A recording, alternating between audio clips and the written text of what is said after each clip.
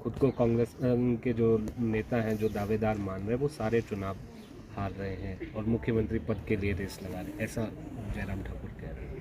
ऐसा उनका कहना ये दुर्भाग्यपूर्ण बात है। जो लोग यहाँ से जा रहे हैं वो उस वक्त जब खड़गे जी हमारे पार्टी प्रेसिडेंट बने थे तो दे कुड नॉट गो, वो अपना क्षेत्र छोड़ नहीं पाए क्योंकि वो इतने इन्वॉल्व थे अपने क्षेत्र में। तो ये उनको मौका मिला कि अब हमारी वोटिंग ख़त्म होगी, अब हम जाके खड़गे जी को बधाई भी देंगे कि आप हमारे नए अध्यक्ष बने। उस नाते लोग वहाँ गए, मैं भी गई। इनफैक्ट मेरे तो उनसे पहले भी इंटरेक्शन हुआ, जब वो यहाँ आए तब भी हुआ। बट आफ्टर विनिंग, आफ्टर ये इलेक्शन का काम ख़त्म होने के बाद मैंने भी अपना कर्तव्य समझा कि I should also go and tell him कि ये स्थिति हिमाचल प्रदेश की है और we are forming the government. अब ये क्या ये लोग बोलते हैं उससे उस पर ज़्यादा महत्व देने की आवश्यकता नहीं। आपके समर्थकों की तरफ से भी आवाज़ें आ रही है कि प्रतिभा सिंह जो है मुख्यमंत्री होनी चाहिए। देखिए, समर्थक तो कई कुछ कहेंगे, लोग कई कुछ चाहेंगे। मैं आपको सच्ची बात बताऊं, ऐसा नहीं है। ये परिवार एक ऐसा परिवार है जिसने 60 साल तक देश की सेवा की है, प्रदेश की सेवा की है और हर मकाम पे वो हर काम के लिए इतने तत्पर रहते थे। मैं दावे के साथ ये बात कह सकती हूँ कि जिस तरीके की सेवा वीरभद्र सिंह जी ने हिमाचल प्रदेश की है, मेरा आने वाले वक्त में ना कोई ऐसा हुआ ना कोई होगा, because he was totally committed to his job and he felt कि मैंने अपना सब कुछ सर्वस्व समर्पित करके हिमाचल प्रदेश की सेवा करनी है। उस भाव से उन्होंने की और लोगों ने देखा, उनको बहुत नज़दीक से काम करते हुए देखा। उनकी जो काम है वो धरातल पे दिखते हैं। लोग इस करके इमोशनली भी, हिमाचल प्रदेश एक इमोशनल स्टेट है और इमोशनली भी जुड़े हुए हैं इस परिवार से। तो वो चाहते हैं कि राजा साहब के जाने के बाद अब ये अध्याय ख़त्म नहीं होना चाहिए, हमको आगे भी इस परिवार को ले चलना है, इन्हीं के साथ जुड़ के रहना है। तो ये भावनाएं लोगों की है। जहाँ तक मुख्यमंत्री की बात है, ये आप सब जानते हैं, ये एक प्रक्रिया है जो कि विधायक चुनकर आते हैं, वो उनसे भी व्यू पॉइंट लिया जाता है कि किसको आप चाहते हैं। उनका व्यू बहुत इम्पोर्टेंट है और वो क्या चाहेंगे, क्या कहेंगे, वो अपनी लीडरशिप के आगे इस बात को रखेंगे और लीडरशिप क्या डिसाइड करती है, that is up to them. Ma'am, खबर ये भी आ रही है कि प्रियंका गांधी ने 8 लोगों की लिस्टें यहाँ पर मांगी है जो मुख्यमंत्री की दौड़ में, इस तरह की भी खबरें आ रही है। मुझे तो इसकी जानकारी नहीं है कि क्या लिस्ट उन्होंने मांगी और क्या उनका, आई डोंट नो।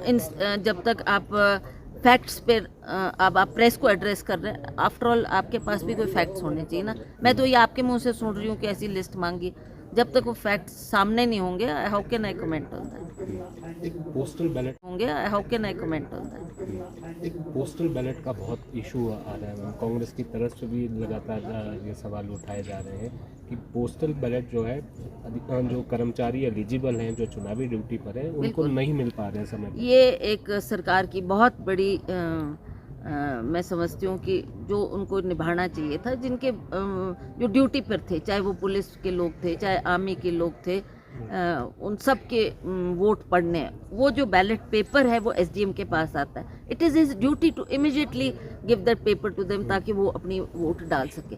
अब आप उसको डिलेइंग टैक्टिक्स कर रहे हैं, आप उसको ऐसा कर रहे हैं ताकि वो अपनी वोट ही ना दे पाए, बिकॉज इनको पता है कि ओपीएस एक ऐसा मामला है जिससे सारे हर हमारे कर्मचारी वर्ग बहुत खुश है और लोग चाहते हैं कि हम ये ओपीएस के नाम पर अपनी वोट दें और सरकार को बनाने में अपना अहम रोल अदा करें।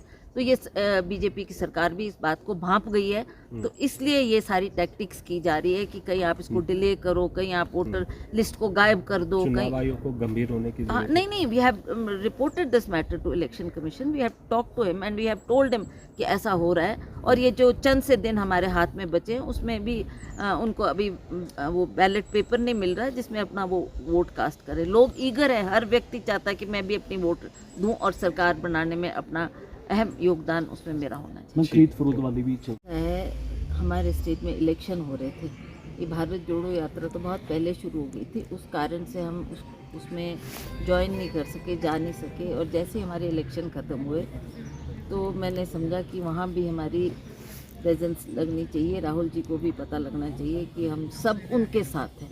पार्टी के सभी वरिष्ठ नेतागण, सभी जिनको जिम्मेवारियाँ दी हैं, हम सब उनके साथ हैं। ऐसे जो उन्होंने एक जोखिम उठाया है, एक बहुत बड़ा चैलेंज है उनके सामने, और वो भारत जोड़ो यात्रा से ये दिखा रहे हैं कि मैं आम आदमी से मिलता हूँ, आम आदमी से बात करता हूँ, आम आदमी से इंटरैक्ट डायरेक्टली करता हूँ। तो ये मैंने वहाँ जाकर देखा जैसा हजूम उनके साथ चला हुआ है।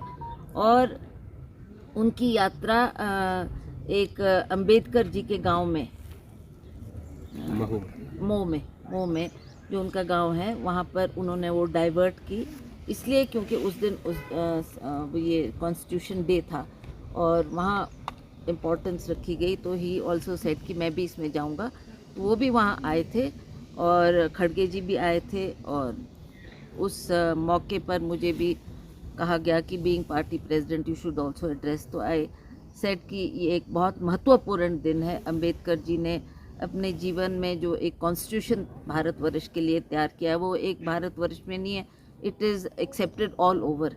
और लोग उसकी बहुत तारीफ़ करते हैं कि हमारे देश में जो एक ऐसी प्रथा थी, मतलब कास्ट के बेस पर, और लोग इतना महत्व नहीं देते थे जो निम्न जाति के लोग थे उनको, पर जो उन्होंने कॉन्स्टिट्यूशन बनाया उसमें सब जातियों को, सब वर्ग को, सब लोगों को सामान्य अधिकार दिए गए। वो बहुत बड़ी बात थी, बहुत बड़ी जो बात। मैसेज की बात कर रहे हैं राहुल गांधी नफरत के खिलाफ, बिल्कुल, देखो मैं आपको बताऊं कि बहुत लंबे अरसे तक भारतवर्ष में कांग्रेस की सरकारें रही।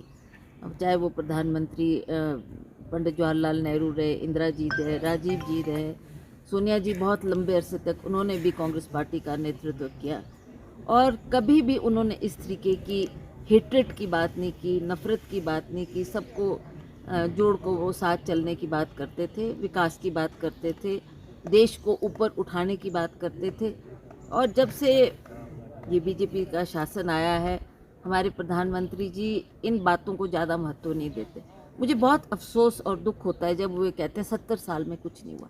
70 साल में भारतवर्ष को कांग्रेस पार्टी ने, कांग्रेस की सरकारों ने कहाँ से कहाँ पहुँचाया, ये जन सर्वविदित है। सब जानते हैं इस बात को कि आज हम कहाँ पर खड़े हैं और किसके योगदान से हमने इन ऊंचाइयों को छुआ है। तो वो जो राहुल जी का कहने का मतलब है वो यही कहते हैं कि हमने कभी भी ऐसी भावना लोगों में ना पैदा की, ना नफरत की भावना को, ना घृणा की भावना। हम लोग सब सामान्य सबको लेकर चलते थे और हमारा ध्येय ये होता था कि हमने गरीब लोगों की मदद करनी है, गरीब लोगों के काम करने, उस मकसद से हम आगे बढ़ते थे।